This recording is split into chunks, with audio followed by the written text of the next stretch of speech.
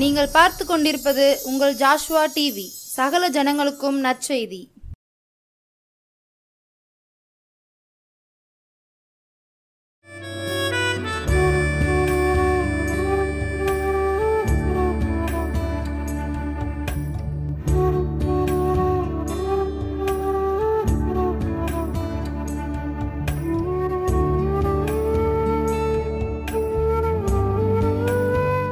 ஆண்டவரே இயேசு கிறிஸ்துவின் நாமத்தினாலே உங்கள் யாவருக்கும் என் அன்பின் வாழ்த்துக்களையும் நன்றிகளையும் தெரிவிக்கிறேன். இந்த நாளிலும் ஜோஷுவா டிவி மூலமாக என்னுடைய வார்த்தையை கேட்கிறவங்க ஒவ்வொருவரையும் கர்த்தர் அளவில்லாமல் ஆசீர்வதிப்பாராக. நாம் இப்பொழுது ஆண்டுடைய முகத்தை நோக்கி பார்த்து ஆண்டவர் நம்மோடு பேச முடியாது நாம் ஜெபிப்போம். எங்கள் அன்பின் பரலோக பிதாவே நன்றியோடு துதிக்கிறோம்ப்பா. உங்களுடைய வார்த்தையின் சத்தத்தை கேட்க நாங்கள் வந்திருக்கிறோம் சுவாமி. உங்களுடைய வார்த்தையின் மூலமாக என்னோடும் எங்களோடும் நீங்கள் பேசுங்க. எங்களுக்கு அற்புதங்களை செய்து உங்களோட நாமத்தை நீங்கள் மகிமைப்படுத்துங்கப்பா. அடியாளை மறைத்துக்கொள்ளும், நீர் மாத்திரம் வெளிப்படும். இயேசுவின் நாமத்தில் பிதாவே, ஆமென். இந்த நாளிலும் தேவன் நம்மோடு பேசும்படியாக கொடுத்தனுடைய வார்த்தை யாத்ராகமம் புஸ்தகம் 15ஆம் அதிகாரம் 11வது வசனம். கர்த்தாவே, தேவர்களில் உமக்கு ஒப்பானவர் யார்? பரிசுத்தத்தில் மகத்துவம் உள்ளவரும் துதிகளில் பயப்படத்தக்கவரும் அற்புதங்களை செய்கிறவருமாகிய உமக்கு ஒப்பானவர் யார்? அற்புதங்களை செய்கிறவருமாகிய உமக்கொப்பானவர் யார்?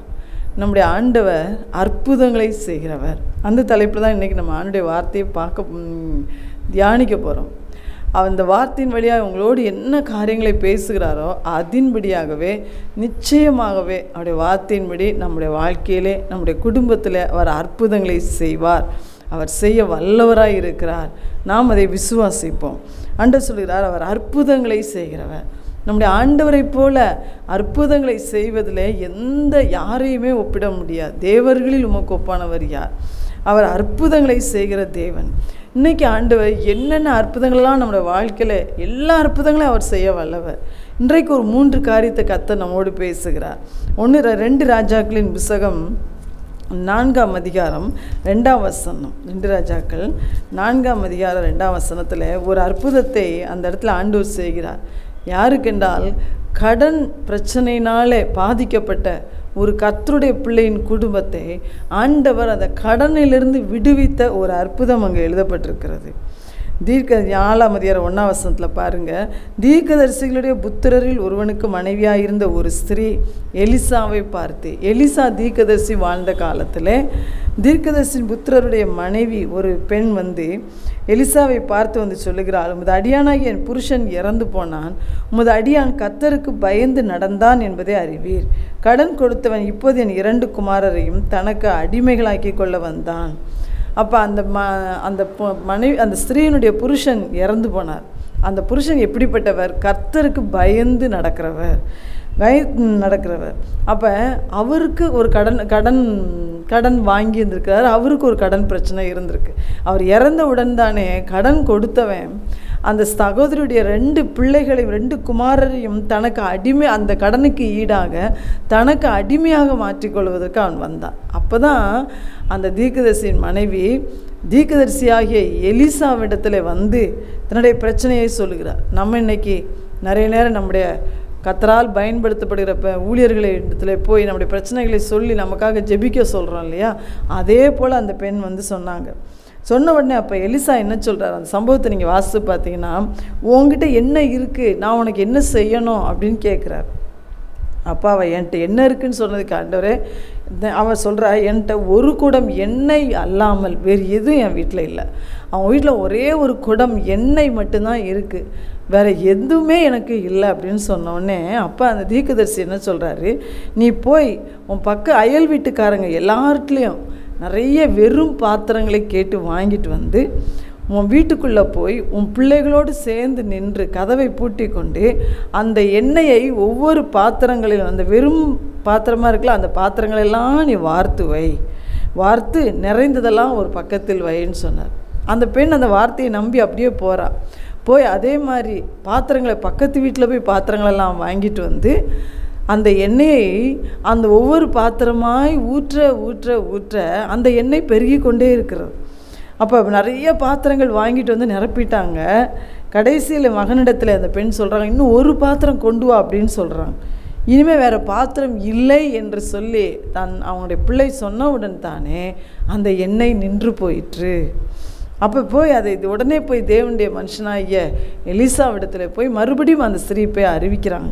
உடனே தான் அந்த தீர்க்கதரிசி 7ஆம் வசனத்தில் சொல்கிறாரு, நீ போய் அந்த எண்ணெயை விற்று உன் கடனை தீர்த்து மீந்ததை கொண்டு நீயும் உன் பிள்ளைகளும் ஜீவனம் பண்ணுங்கள் என்றார். ஹல்லேலூயா! எவ்வளோ பெரிய அற்புதத்தை அந்த இடத்துல ஆண்டவர் செய்கிறார் பாருங்க. அவங்ககிட்ட இருந்தது ஒரே ஒரு குடம் எண்ணெய் தான். ஆனால் அந்த ஒரு குடம் எண்ணெயை அநேக வெறும் பாத்திரங்களிலே வார்க்க வார்க்க வார்க்க அந்த பாத்திரங்களெல்லாம் நிரம்பிச்சு. எத்தனை பாத்திரம் வாங்கினாங்களோ நமக்கு தெரியாது. கடைசியில் பாத்திரம் இல்லை என்று சொன்னவுடன் தானே அந்த எண்ணெயும் நின்று போயிற்று. அப்போ தேவனுடைய மனுஷன் சொன்னார், இதெல்லாம் போய் விற்று. எண்ணெய் எவ்வளோ விலை இருந்திருக்கும். அவங்களுடைய இஸ்ரவேல் தேசத்தில் ஒலிவ எண்ணெய் தான் ரொம்ப ஃபேமஸ். அப்போ அந்த எண்ணெய் எத்தனை விலையானதோ நமக்கு தெரியாது. அந்த எண்ணெயை விற்று நீ கடனை அடைத்து மீந்ததை வைத்து நீ ஜீவனம் பண்ணு.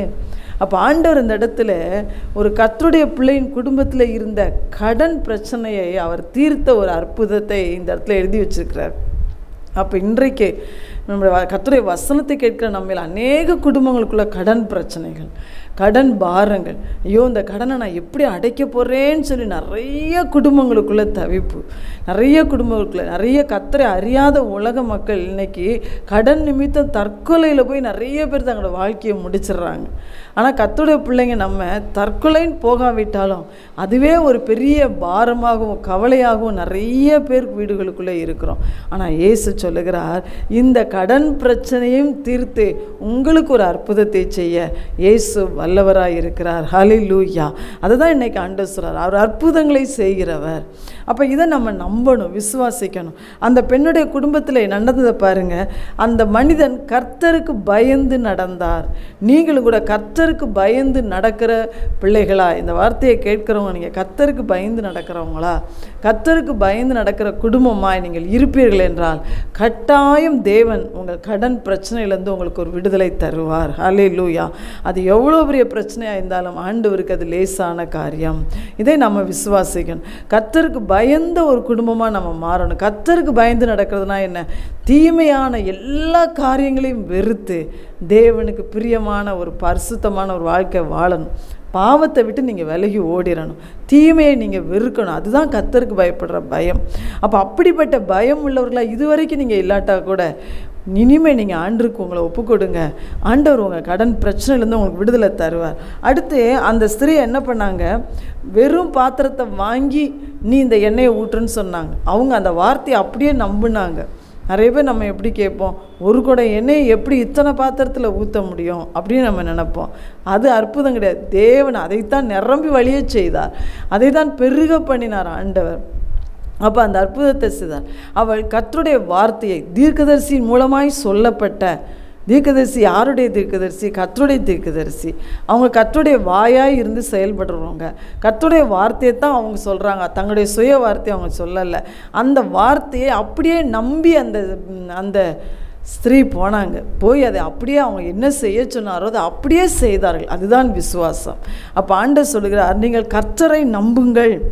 2 நாளாகமம் புத்தகம் 20ஆம் அதிகாரத்தில் ஆண்டவர் அந்த வசனத்தை சொல்லியிருக்கா. 20ஆம் வசனத்தில், யூதாவே எருசலேமின் குடிகளை கேளுங்கள், உங்கள் தேவனாகிய கர்த்தரை நம்புங்கள், அப்பொழுது நீங்கள் நிலைப்படுவீர்கள். அவருடைய தீர்க்கதரிசிகளை நம்புங்கள், அப்பொழுது சித்தி பெறுவீர்கள். ஆண்டவர் சொல்றார், நீங்கள் வாழ்ந்து கொண்டிருக்கிற நெருக்கமான இந்த சூழ்நிலையிலே கர்த்தரை நம்புங்கள், அப்பொழுது நீங்கள் நிலைப்படுவீர்கள் அப்படின்னு சொல்கிறார். நம்முடைய பிரச்சனையில் நம்ம ஆண்டவரை நம்பலைன்னு சொன்னால் நம்மளால் கர்த்தருக்குள்ளே நிலைச்சி நிற்கவே முடியாது. ஆண்டவர் சொல்லிக்கிறார், நீ முடிவு வருகிற வரைக்கும் நிலைச்சி நிற்கணும். அப்போ தான் என் ராஜ்யத்துக்குள்ளே வர முடியும். அப்போ பிரச்சனைகள் போராட்டங்கள் மத்தியில் நம்ம கர்த்தர் எனக்கு இதை செய்வார், என் பிரச்சனையை மாற்றுவார், எனக்கு ஒருவேளை உடனடியாக அந்த அற்புதம் உங்களுக்கு நடக்காமல் இருக்கலாம், ஒருவேளை தாமதம் ஆகலாம். அந்த பிரச்சனையினால் அந்த கடனால் பல நெருக்கடிகளை நீங்கள் சந்தித்துட்டு இருக்கலாம். ஆனால் ஒவ்வொரு நாளும் ஆண்டவரிடத்தில் உங்கள் விண்ணப்பங்களை நீங்கள் வைக்கும்போது கர்த்தரின் மேலே நம்பிக்கை வைத்து ஆண்டவர் எனக்கு செய்வார் என்ற நம்பிக்கையோடு நம்ம ஆண்டவர்கிட்ட ஜெபிக்கும் போது கட்டாயமாக தேவன் அற்புதம் செய்வார். அதை ஆண்டவர் சொல்கிறார், கர்த்தரை நம்புங்க, அப்பொழுது நிலைப்படுவீர்கள். அப்பொழுது இந்த பிரச்சனையின் நிமித்தம் நீங்கள் உங்கள் விசுவாசத்தை இழந்துட மாட்டீங்க, நீங்கள் அசைக்கப்பட்டுற மாட்டீங்க. அது மாத்திரம் இல்லை, நீங்கள் தீர்க்கதரிசிகளை நம்புங்கள். உங்களோடு கர்த்தர் பேசுகிற உண்மையான தேவ வார்த்தைகளை ஊழியர்கள் வாயிலாய், உண்மையான கர்த்தருடைய ஊழியர்கள் வாயிலாய் உங்களோடு பேசுகிற ஆணுடைய வார்த்தைகளை நீங்கள் நம்புங்க. அதை நம்பும்போது நீங்கள் சித்தி பெறுவீர்கள். அப்படின்னா என்ன? உங்கள் காரியங்கள் வாய்க்கும், உங்கள் காரியங்கள் கட்டாயம் அற்புதம் நடக்கும். அப்போ இந்த வார்த்தையை கூட இன்றைக்கு ஆண்டவர் தான் நமக்கு சொல்கிறார். ஒருவேளை நானாக உங்கள்கிட்ட அற்புதத்தை பேசணும் அப்படின்னு வரல, ஆண்டவர் சொல்கிறதைத்தான் உங்களோடு பேசுகிறேன் அவருடைய கிருபையினால். அப்போ ஆண்டவர் சொல்கிறார், கடன் பிரச்சனையிலேருந்து உங்களுக்கு நான் ஒரு அற்புதம் செய்வேன். அல்லேலூயா. இதை வார்த்தையை நம்ம நம்பணும். அது மாத்திரம் இல்லை, கர்த்தருக்கு பயந்து நடக்க நம்மளே ஒப்பு கொடுக்கணும். நீங்கள் பயந்து நடந்தீங்கன்னா ரொம்ப சந்தோஷம், ஆண்டவர் கட்டாயம் உங்கள் வீட்டில் அதை செஞ்சிருவார். நீங்கள் இதுவரைக்கும் தேவனுக்குரிய பயம் இல்லாமல் பல பாவங்களில் நீங்கள் சிக்கியிருந்தீங்கன்னா அந்த பாவ வாழ்க்கையை ஆண்டுடைய கரத்தில் கொடுத்துருங்க. இனி அவருக்கு பயந்து நீங்கள் தீமையை வெறுத்து பரிசுத்தமாய் வாழ உங்களை அர்ப்பணிங்க. ஆண்டவர் கிருபை தருவார். நீங்கள் அப்படி உங்கள் வாழ்க்கையை சரிப்படுத்தும் போது உங்கள் பிரச்சனையை ஈஸியாக மாற்ற அது கர்த்தருக்கு போதுமானதாக இருக்கும். ஹல்லேலூயா. அப்போ ஆண்டவர் சொல்றார், கர்த்தரை நம்புங்கள், அவருடைய வார்த்தையை நம்புங்க, அவர் ஊழியர்கள் வாயிலாய் சொல்கிற அந்த வார்த்தைகளை நீங்கள் நம்புங்க. அப்போ அது மாத்திரம் இல்லை, கர்த்தருக்கு பயந்து நடங்க. கர்த்தர் கட்டாயம் உங்களுக்கு இருக்கிற கடனை, உங்கள் பிரச்சனையை எப்படி தீர்க்கணும்னு அவருக்கு தெரியும். அந்த வழியில் அவர் அதை தீர்த்து தருவார். ஹல்லேலூயா, ஹல்லேலூயா. அடுத்து சொல்கிறாரு, ஏசாயா 38ஆம் அதிகாரம் 3ஆம் வசனத்தில் இங்கே ஒரு அற்புதம் நடக்குது பாருங்கள். வியாதி மரணத்துக்கு ஏதுவான வியாதியாய் கிடந்த ஒரு ராஜாவுக்கு ஆண்டவர் ஒரு அற்புதம் செய்கிறார். 3ஆம் வசனம், கர்த்தாவே, நான் உமக்கு முன்பாக உண்மையும் மன உத்தவமாய் நடந்து உமது பார்வைக்கு நலமானதை செய்தேன் என்பதை நினைத்திருளும் என்று விண்ணப்பம் பண்ணி எசேக்கியா மிகவும் அழுதான். ஏசாயா 38ஆம் அதிகாரத்தில் சொல்லப்பட்ட இந்த சம்பவம் 2 ராஜாக்கள் 20ஆம் அதிகாரம் 3ஆம் வசனத்திலையும் சொல்லப்பட்டிருக்கு, அந்த 20ஆம் அதிகாரத்திலையும் சொல்லப்பட்டிருக்கு. அப்போ இந்த அதிகாரத்தின் முதல் வசனம் சொல்லுது, அந்த நாட்களில் எசேக்கியா ராஜா வியாதிப்பட்டு மரணத்துக்கு ஏதுவாக இருந்தார். அவருக்கு வந்த வியாதி மரணத்துக்கு இன்னும் கொஞ்சம் அவர் மறைச்சிருவாருன்ற அந்த சூழ்நிலையில் வியாதிப்பட்டு இருந்தார். அப்போ தீர்க்கதரிசியாய ஏசாயாவை அனுப்பி அந்த நாட்களிலே தீர்க்கதரிசிகள் மூலமாகத்தான் நிறைய நேரம் பேசுகிறார். இன்றைக்கு நமக்கு வேத வசனத்தையே ஆண்டவர் நமக்கு தந்திருக்கிறார், ஊழியர்களையும் நமக்கு தந்திருக்கிறார். கர்த்தருடைய ஆவியானவர் பல வழிகளில் நமக்கு இன்றைக்கி நம்மளோட பேசுகிறார். இதெல்லாம் நமக்கு கிடைத்த பெரிய ஸ்லாக்கியம். அன்னைக்கு தீர்க்கதரிசிகள் வாயிலாக தான் தேவன் பேசினார். அப்போ ஏசாயாவை அனுப்பி ஆண்டவர் சொல்கிறாரு, நீர் மரித்து போவீர், உமது வீட்டு காரியத்தை ஒழுங்குபடுத்தும், நீர் பிழைக்க மாட்டீர் அப்படின்னு சொல்லிட்டார். அப்படி சொன்ன உடனே என்ன செய்தார் ஏசாயா? நம்மளை பார்த்து அப்படி சொன்னால் எப்படி இருக்கும்? ஒருவேளை இன்றைக்கி வீடுகளுக்குள்ளே நீங்கள் வியாதிப்பட்டு ஒருவேளை நான் மறிச்சிருவனோ, என் நாட்கள் சீக்கிரம் முடிஞ்சிருமா, என் பிள்ளைங்களை யார் பாப்பா, என் குடும்பத்தை யார் கவனிப்பா, இப்படிலாம் நீங்கள் பலவிதமாக வியாதியினால் கஷ்டப்பட்டு கொண்டு மரணத்துக்கு எதுவான ஒரு பயத்தோடு கூட நீங்கள் இருந்து கொண்டிருக்கலாம். ஆனால் ஆண்டவர் உங்களை பார்த்து தான் சொல்கிறாரு, உனக்கு நான் ஒரு அற்புதம் செய்வேன். ஹல்லேலூயா. உனக்கு நான் ஒரு அற்புதம் செய்வேன். அற்புதங்களை செய்கிற நம் தேவன் ஒருவர் நமக்காக இருக்கிறார். அதை நீங்கள் நம்புங்க. அப்போ பாருங்கள், எசேக்கியா ராஜாட்ட அப்படி சொன்ன உடனே, நீ செத்து போயிடுவீங்க, நீ பிழைக்க மாட்டீங்க, இனிமேல் வீட்டு காரியத்தெல்லாம் ஒழுங்குபடுத்துங்கன்னு சொன்னேன். அந்த ராஜாவால் தாங்கிக் கொள்ளவே முடியவில்லை. சுவர்ப்புறமாய் திரும்பி கொண்டு அழுகிறார் அந்த ராஜா. ஆண்டவரிடத்தில் கண்ணீரோடு விண்ணப்பம் பண்ணார். என்ன விண்ணப்பம் பண்ணார்? நான் உமக்கு முன்பாய் உண்மையும் மன உத்தவமாய் நடந்து உமது பார்வைக்கு நலமானதை செய்தேன் என்பதை நினைத்தருளும் என்று சொல்லி அவர் அழுகிறார். கண்ணீரோடு அவர் ஜெபிக்கிறார், விண்ணப்பம் பண்ணுகிறார். அடுத்து அந்த ஏசாயா தீர்க்கதரிசி அவர் வீட்டு முற்றத்தை விட்டு கடந்து போகும் முன்னாலேயே ஆண்டவர் மறுபடியும் அந்த தீர்க்கதரிசி மூலமாய் பேசினார். உன் விண்ணப்பத்தை நான் கேட்டேன், உன் கண்ணீரை நான் கண்டேன், உன் நாட்களுடைய 15 வருஷங்களை நான் கூட்டுவேன் சொன்னார். ஹல்லேலூயா. நம்முடைய ஆண்டவர் மரணத்துக்கு எதுவான வியாதியாக இருந்தாலும் உங்களை சுகமாக்கி உங்களுக்கு ஆயுசு நாட்களை கூட்டி தந்து உங்களையும் உங்கள் குடும்பத்தோடு சமாதானமாய் சுகத்தோடு வாழ வைப்பார். ஹல்லேலூயா. அப்போ எசேக்கியா என்ன ஜெபம் பண்ணார்? ஆண்டவரே, உமக்கு முன்பாக நான் உண்மையாய் நடந்தேன், மன உத்தமமாய் உம்முடைய பார்வைக்கு நலமானதெல்லாம் நான் செய்தேன், அதை நினைத்தருளும் அப்படின்னு சொன்னார். நீங்கள் கூட இன்றைக்கி ஆண்டவர்கிட்ட அப்படி சொல்லி ஜெபிக்கும்படியாக உங்கள் வாழ்க்கை இருக்கா பாருங்க. ஆண்டவரே, நான் உமக்கு பிரியமாக எவ்வளோ நடந்தேனே, எவ்வளோ காரியம் நான் செய்தேனேப்பா, அதை தயவாய் நினைத்தருளும் மன்னித்தரலும். நம்ம ஆண்டவர் முன்னால் பெருமை பாராட்டி பேச முடியாது, அதையும் தாழ்மையோடு தான் ஆண்டவர்கிட்ட சொல்லணும். இன்னும் கூட ஒருவேளை அப்படி சொல்கிறக்கூடிய சூழ்நிலை உங்களுக்கு இருக்குதான்னு பாருங்கள். இல்லாட்டினா கூட ஆண்டவர்கிட்ட, ஆண்டவரே என்னுடைய பாவங்களையும் என்னுடைய அக்கிரமங்களையும் நீ மன்னியாப்பா. இந்த வியாதிக்கு எதுவான எந்த பாவங்கள் எனக்குள்ளே இருந்தாலும், என்னுடைய தவறுகள் அக்கிரமங்கள் மீறுதல்கள் இருந்தாலும் என்னை தயவாய் நீ மன்னித்து என்னை கிருபையாய் நினைத்தரலும். என்னை கிருபையாய் நினைத்தரலும். நீங்கள் கண்ணீரோடு கூட ஆண்டவர்கிட்ட நீங்கள் ஜெபம் பண்ணி பாருங்கள். நம்பிக்கையோடு ஜெபம் பண்ணுங்கள்.